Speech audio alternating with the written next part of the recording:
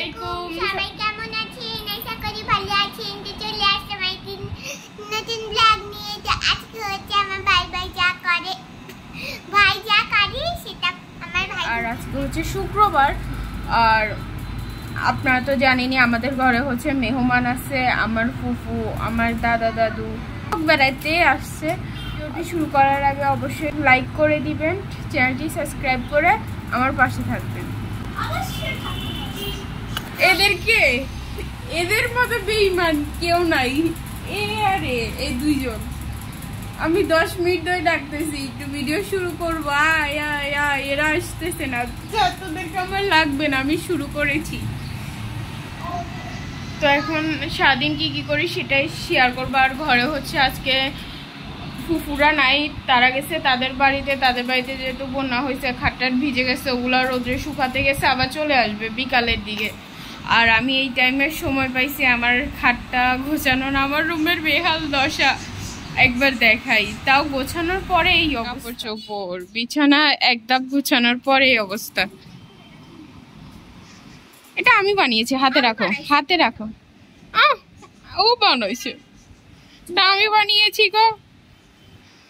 না, জুতাগুলো কিউট হয়েছে। শ্রাবণী বৈশাখীকে খাবার দিতে হবে, ওরা কটকট করে। আমি বিছনাটা ঝেড়ে গুছিয়ে ফিরে আসতেছি। ম্যাজিক ভিডিও করে বিছনা গুছিয়ে নিয়েছি, কিন্তু কারেন্টটা চলে গেছে। কারেন্ট চলে গেছে, তেমন কোনো শ্যুট নিতে পারবো না। গাছে পানি দিয়ে ফিরে আসছে। পানি দিতে দিতে দেখি নানুমা আসছে, তাই আজকে নানুমা অনেকদিন পর আসছে। একটু চা বসেছি, শপিংকে নিয়ে আসছে, মানে আমার মামাতো ভাই ওকে নিয়ে আসছে।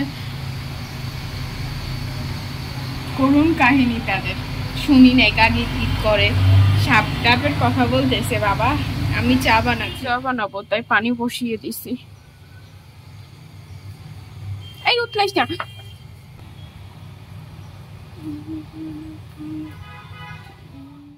আর আজকে মাশাআল্লাহ করে আমাদের এই গাছটাতে 3টা হলুদ ফুল ফুটছে, যেটা দেখতে অনেক বেশি সুন্দর লাগতেছিল। আর আমাদের বাগান বিলাস গাছটাতেও মাশাআল্লাহ অনেক বেশি ফুল ধরছে। মাশাআল্লাহ দেখতে অনেক বেশি সুন্দর লাগে।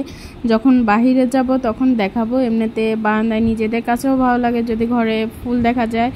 আর আমাদের টাইম পাসের মতো একটি সুন্দরতম জায়গা হচ্ছে এই বারান্দার কাছে। আমাদের এই বারান্দাটা ভালো লাগে অবশ্যই কমেন্ট করে জানাবেন।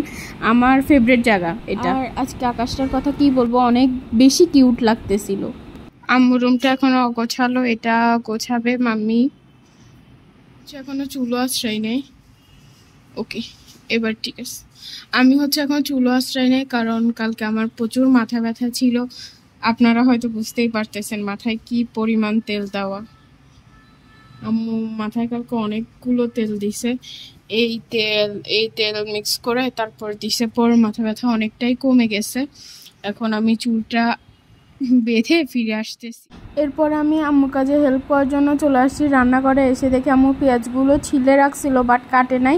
আমি এসে পেঁয়াজগুলো কেটে দিচ্ছি। আর অনেকে প্রশ্ন করতে পারেন যে ভিডিও শুরু করতেছো একই জামা দিয়ে, শেষ করতেছো একই জামা দিয়ে। আসলে আমি সকালবেলা গোসল করে ফেলছিলাম, যার কারণে এক ড্রেসে আমার পুরো ভিডিওটা দেখতে পারবেন। আর এখনও যারা আমার এই ভিডিওটি দেখতেছেন অবশ্যই একটি লাইক করে দিবেন, সুন্দর সুন্দর করে আপনাদের মতামত জানাবেন, চ্যানেলটি সাবস্ক্রাইব করে পাশে। এখানে একটা মজার বিষয় হচ্ছে, পেঁয়াজ কাটতে কাটতে আমার চোখ থেকে পানি বের হয়ে যাচ্ছিল। আর আমি আম্মুর কাছে যে মজা করতেছিলাম যে আম্মু দেখো আমার আমি কান্না করতেছি, আমার হাত কেটে গেছে। এবার আম্মু বলতেছিল যা এখান থেকে। ফিরে আসলাম অনেকক্ষণ পরে, টেবিলে সবাই খাওয়া দাওয়া করতেছে, আমিও খাবো। আম্মু কি রান্না করলো সেটা হচ্ছে দেখাবো, দেখাই কি রান্না করছে। এখানে রান্না করছে আলু দিয়ে, বরবটি দিয়ে, মাছের মাথা দিয়ে সবজি। এখানে রান্না করছে মাছ, ভুনার মতো করে ঝোল করছে আর কি, ভুনা করে না। এখানে ভাজি, কি ভাজি জানি না। আর এখানে ভাত। সবাই খাবার খাচ্ছে, আমিও বসে যাবো, টেবিল খালি হলো। আমরা ছাদে আসছি, সো এখন আমরা ব্যাডমিন্টন খেলতেছি। খাওয়া দাওয়া করে কিছুক্ষণ বিশ্রাম নিয়ে চলে আসলাম ছাদে। আমরা হচ্ছে ছাদে ব্যাডমিন্টন খেলতেছি। অনেকে ভাবতে পারেন ব্যাডমিন্টন তো বেশিরভাগ হচ্ছে শীতকালে খেলে, আমরা কেন গরমকালে খেলতেছি? মানে মন যা চাই সেটাই তো তখন করব, তাই না? আর ঘরে যেহেতু কয়েকজন আছে, আমার মামাতো ভাই, আমার ফুফুয়াতো বোন, তাই মনে হচ্ছিল যে আমরা একটু খেলি ভালো লাগবে, আমরা তাই ম্যাচটা কন্টিনিউ করতেছিলাম। আমরা হচ্ছে দুজনই অনেক ভালো খেলোয়াড়, বুঝতেই তো পারতেছেন যে বারবার ককটা পড়ে যাচ্ছে।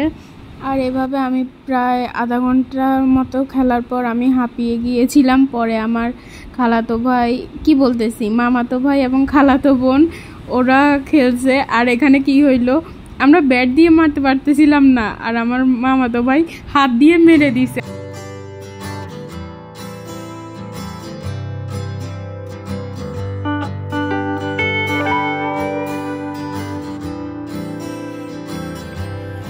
সবার চেহারা এরকম কালো কেন রে?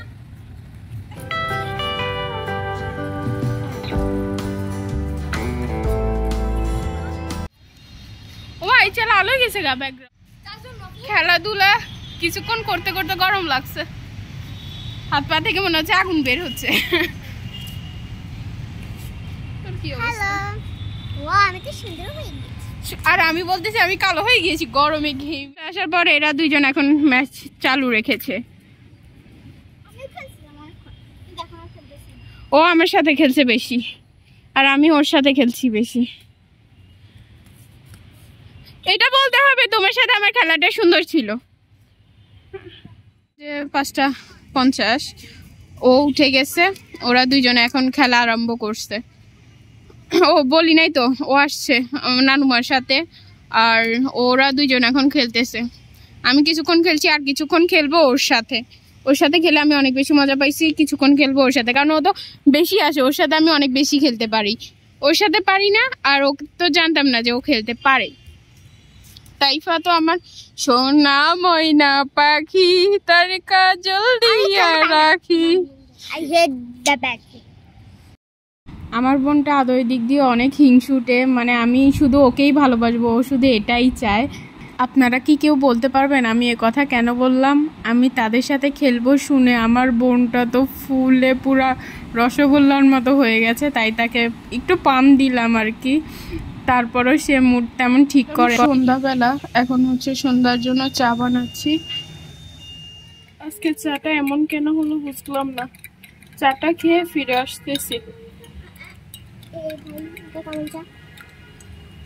দুধটা আজকে ছেড়ে দিয়েছে মনে হয়। আর সন্ধ্যাবেলা নাস্তা করে তাইফার সাথে শুয়ে গেছি। তাইফা হচ্ছে এখন মোবাইল দেখতেছে, আর এখানে সে আমার উপর রাগে, আমার দিকে তাকাচ্ছেও না, দেখতে তো পারতেছেন মোবাইলে। যাই হোক, পরবর্তীতে তার রাগ কমে যাবে। আমার আজকের ভিডিও এ পর্যন্ত। সবার কাছে কেমন লাগলো কমেন্ট করে জানাবেন, একটি লাইক করে দিবেন, চ্যানেলটি সাবস্ক্রাইব করে আমার পাশে থাকবেন। আজকের মতো বিদায়, আল্লাহ হাফেজ।